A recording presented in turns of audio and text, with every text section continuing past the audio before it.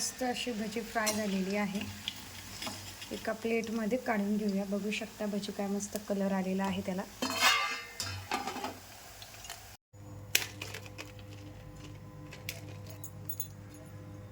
बघू शकता इथे मस्त अशी आपली कुरकुरीत भजी तयार झाली। उपवासाची स्पेशल भज्याची रेसिपी आज आपल्याला बघायची आहे। मी तुम्हाला खाऊन देखील दाखवते की किती मस्त ह्या भज्या झालेला आहे।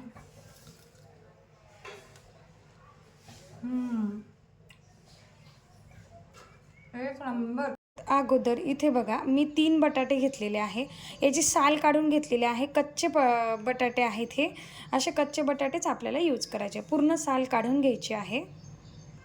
हे जे कच्चे बटाटे ही अशी किसणी घ्यायची आहे। मोठीवाली किसणी घ्यायची आणि या किसणीने काय करायचं, ही बटाटे आहेत किसून घ्यायचे। आता हा बटाटा कच्चा बटाटा खिसून घेतलेला आहे। एकदम जाडसर ठेवायचा, बारीक अजिबात खिसू नका।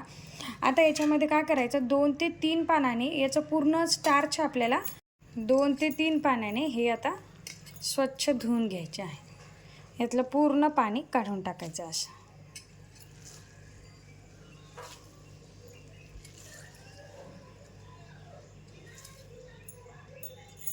स्टार्च राहत नाही बघा, किती मोकळा मोकळा मस्त असा आपला खिस आता हा बटाट्याचा झालेला आहे।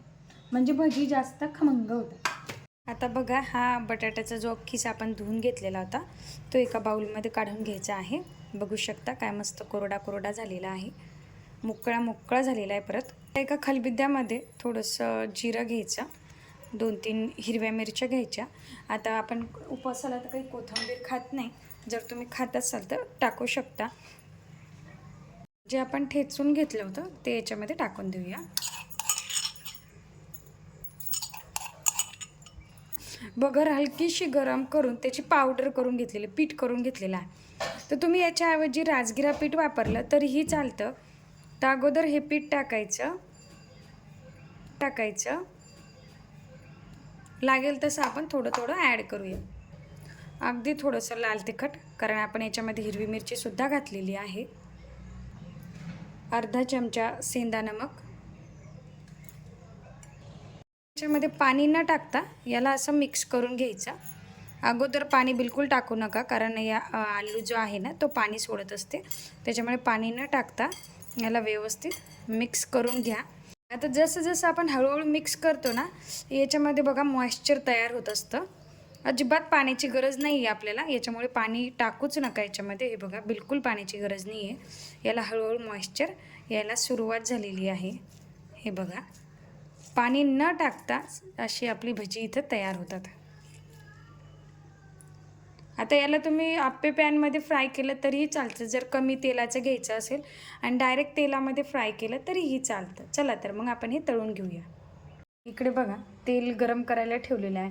मध्यम तेल गरम झालं की मग आपल्याला याच्यामध्ये आपली भजी सोडून द्यायची आहे। तर हे बघा मी याचा असा एक एक गोल गोल करून घेते आणि याच्यामध्ये भजी सोडून दे। बघा न पाणी टाकता किती मस्त याला मॉइश्चर सुटलेलं आहे। तर एक एक याच्यामध्ये सोडून देऊया।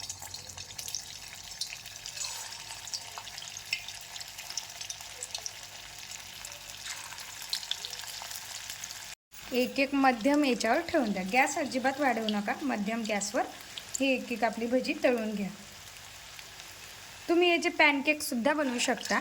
जर आपल्याला तुम्हाला फ्राईड खायचं नसेल त्याचं छोटा छोटा पॅनकेक तव्यावर डोसा पॅनवर बनवून तुम्ही तो सुद्धा बनवू शकता। आता दोन्ही साईडला मस्त फ्राय करून घ्यायचे। बघू शकता आपली भजी जी आहे अगदी व्यवस्थित झालेली आहेत। जे जे झाले ते असे पालटून घ्या।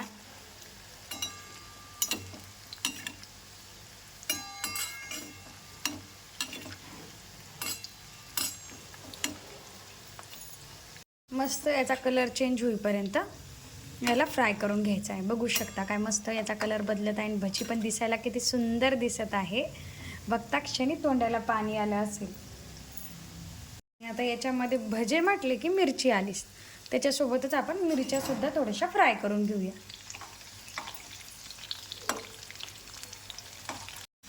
मस्त अशी भजी फ्राय झालेली आहे। एका प्लेटमध्ये काढून घेऊया। बघू शकता भजी काय मस्त कलर आलेला आहे त्याला।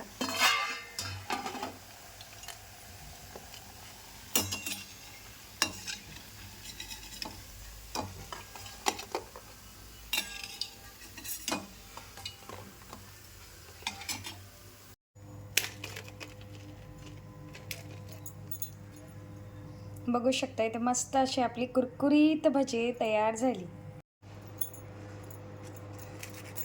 हे बघा आवाज येतो, मस्त कुरकुर कुरकुर आवाज येतो.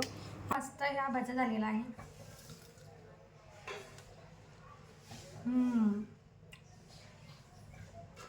एक नंबर.